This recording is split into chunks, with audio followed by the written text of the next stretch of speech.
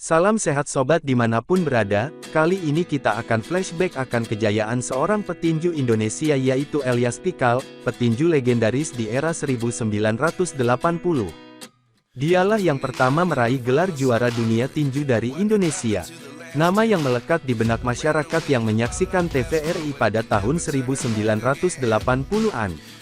Masyarakat menjadi saksi munculnya juara tinju dunia pertama dari Indonesia. Dialah Elyas Pikal, Eli, demikian sapaan karibnya pemilik 3 gelar juara dunia, oleh Asian Boxing.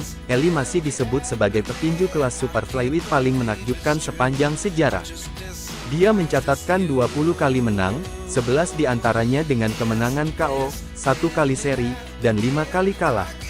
Oleh media internasional, Eli dijuluki The Exocet Rudal. Pukulan-pukulan hook dan uppercut kiri yang cepat, akurat dan bertenaga yang jadi ciri khas Eli. Sobat, Eli lahir di Ulat, sebuah desa kecil di Kepulauan Saparua. Masa kecil Eli dihabiskan di pantai-pantai indah yang mengelilingi desa itu. Bahkan, ada yang menyebut Eli kecil kerap ikut serta menyelam bersama-sama penyelam mutiara, salah satu profesi favorit para penduduk desa. Padahal Eli tumbuh dalam keluarga musikus. Papa yang berbeda dari anggota keluarga lainnya. Semua pemusik, cuma papa yang bukan, kata Matthew Leoncio Junior Pikal, putra bungsu Elyas Pikal. Eli mengenal tinju pada usia belasan.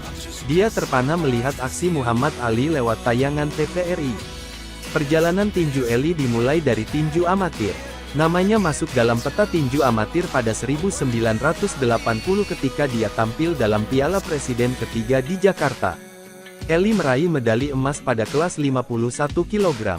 Sobat, Eli memasuki tinju profesional 2 tahun kemudian, saat dia berusia 22 tahun. Kekalahan diderita Eli pada debutnya. Dia kalah di tangan Edward Apai pada duel di tahun 1983. Tak butuh waktu lama buat Eli untuk bangkit dan menguasai pertarungan tinju nasional. Dia berhasil menjadi juara super flyweight pada tahun yang sama. Nama Eli mendunia di tahun 1984. Dia berhasil menghentikan petinju yang pernah jadi nomor 1 dunia, Rayura Satmuang Surin. Barulah kemudian dia berhasil mengklaim gelar juara OPBF Super Flyweight usai mengalahkan Hai Yang Chung dari Korea Selatan.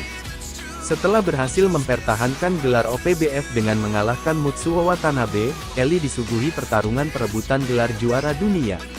Dia dijadwalkan berjumpa dengan Chun Judo juara IBF Super Flyweight. Dalam duel di Jakarta pada tanggal 3 Mei tahun 1985, Eli menang telak dan memastikan gelar juara dunia pada ronde 8. Pada pertarungan berikutnya, Eli berhasil mempertahankan gelar. Dia menang pada ronde ketiga atas Wayne Mulholland dari Australia pada tanggal 25 Agustus tahun 1985. Namun, Eli harus mengakui keunggulan petinju Republik Dominika, Cesar Polanco, lewat angka dalam pertarungan di Jakarta, 9 bulan setelahnya. Eli kemudian berhasil revanse atas Polanco dengan balik memukul KO pada pertandingan kedua di Jakarta, tanggal 5 Juli tahun 1986. Sobat, Eli meraih kemenangan lagi. Kali ini dia berhasil mempertahankan gelar setelah menyingkirkan petinju Korea Selatan, Dong Chun Lee, dalam 10 ronde. Upaya Eli menjadi juara WBA kandas di tangan petinju Thailand, Kaosai Galaxy. Dia dihentikan pada ronde 14 dalam duel di tahun 1987. 8 bulan setelah itu, Eli berhasil merebut gelar IBF kelas bantam junior dari juara bertahan waktu itu Tae Il Chang Korea Selatan. Gelar ini sempat bertahan sampai 2 tahun, hingga kemudian Eli menyerah dari Juan Polo Perez dari Kolombia setelah kalah angka. Setelah kekalahan itu, Eli masih naik ring dalam 3 pertandingan non-gelar. Eli memutuskan pensiun pada usia 32 tahun. Eli sempat mengembangkan sasana tinju dengan dia menjadi pelatih. Tapi, upaya itu tak berlanjut. Pada ulang tahunnya ke-57 Eli, melalui putra bungsunya, berharap agar tinju Indonesia tak berhenti untuk menelurkan petinju-petinju yang pantang menyerah.